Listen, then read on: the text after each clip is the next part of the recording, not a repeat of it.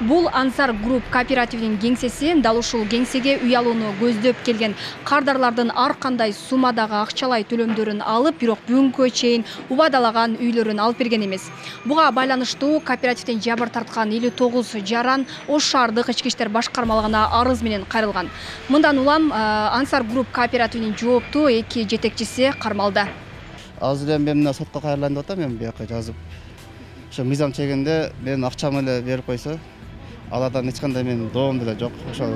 Айбек Акматов тез аранын ичинде үй алуу максатын көздөп Ансар Групп кооперативине кайрылган. Аталган кооператив менен эки тараптуу келишим түзүлүп, алар 4 айда үй алып берүүнү убадалаган. Мындан улам Айбек Акматов 835 000 сом акча каражатын накталай төккөн. Сүйлөшкөнмүн. Силер кандай болуп атат, Иксан ушундай болуп калды эле десем, булар айтышты, бизде аркабызда акчабыз бар. Ошо менен биз эгер үй алып бере болсок акча төлөп коебуз деп булар алдаган да меничи. Андан кийин бул ошол менеджер, мен Самара деген менеджер алдагы мага ошол үй акча төккүчө мага 100 жолу 1000 жолу чалган да, мындай айткандачы. Келиңиз, үй аласыз, болот, иш жакшы кетип атат депчи. Аны ошону чалганда мен алданып калдым да меничи.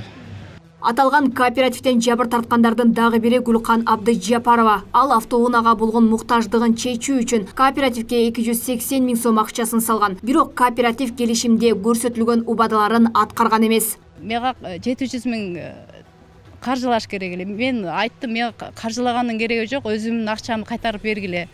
Договор боюнча биздин акчабызды төккөн сумманы, если алар каржылай албаса, закон түрүндө алар биздин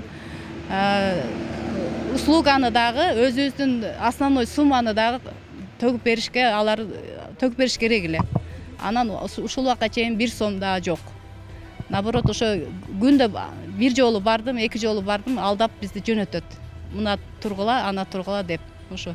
Ансар Групп коммерциялык эмес керектөө кооперативине наразы болгон жарандар бир эле Ош облусунда эмес, Жалал Абад, Бишкек шаарларынан да кайрылгандар бар. Алар ортодогу түзүлгөн келишимдин аткарылышын күтүп, аяга арыз берүүгө аргасыз болушкан. Жалпы шаардык милицияга 59 жаран арыз менен кайрылган. Былтыр убада кылган үйлөрүн ала албаган, быйыл жазда убада кылган, жайда убада кылган үйлөрдү ала албай калгандыгына байланыштуу массалык түрдө ушул арыздар келе башлагандыктан биз бул жарандардын арызын терең кароо жана юридикалык баа берүү максатында биз Ансар кооперативинин республикадагы жетекчисин жана Ош шаарында куратарлык жасаган Ош шаарындагы жетекчисин чакырып, аны убактылуу кармалып жайга киргиздик 48 саатка. Бүгүн алардын баш коргоо чарасы Ош шаар сотунда каралып жатат.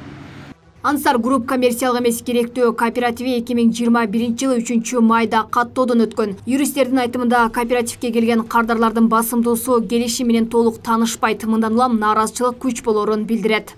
Клиенттердин өздөрүнүн чала сабаттыгынан, андан кийин экинчиси тез эле бүтүрө коебуз деп туруп өздөрүнүн мындай бир ач көздүгүнөн болуп атат да.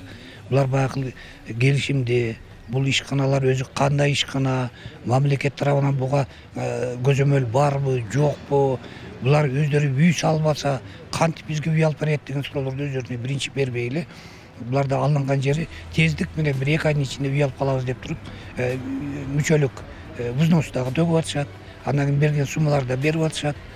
Кыргызстанда кооперативдер боюнча мыйзам чара күчүндө турат. Буга чейин Юстиция министрлиги кооперативдер жөнүндө мыйзамга өзгөртүү киргизүү тууралуу мыйзам долбоорун коомдук талкууга койгон. Бул боюнча мисалы кооперативдер да толук маалымат бербей атат. Эгерде толук маалымат бере турган болсо, мындай юридикалык коллапстарга алып келбейт болчу да. Бул жерде да бир юридикалык коллапс, юридикалык хаос да бир болуп калып атат. Мыйзамда так көрсөтүлгөн. Кыргыз Республикасынын баш мыйзамында, Кыргыз Республикасынын жарандык кодексинде, Кыргыз Республикасынын жаза процессуалдык кодексинде дагы көрсөтүлүп атат. Эгерде жарандардын ортосунда кандайдыр бир келишим боло турган болсо, бул соттук тартипте, жарандык тартипте ишке ашыш керек деп көрсөтүлөт. Ал эми жогоруда болуп аткан иш аракеттерде бул жарандык тартипте сотко доо арыз менен кайрылып, келтирген чыгымдарыны, ошол эле мезгилде материалдык чыгымдарын, моралдык чыгымдарыны, акча каражаттарын дагы толугу менен пайщиктер кайтарып алса болот. Кыргызстанда юстиция министрлигинин маалыматына караганда 162 коммерциялык эмес турак жай курулуш кооперативи катталган. Булардын ишине байланыштуу 2 жылда 140 кылмыш иши козголгон. Буга чейин Ихсан кооперативине карата да кылмыш иши козголуп, анын жетекчиси камакка алынган. Жалпысынан келтирилген зыян 121 миллион 313 миң 950 сомду түзгөн. Алмагүл Байгызы, Бектур Мойдонов, Ош ТВ.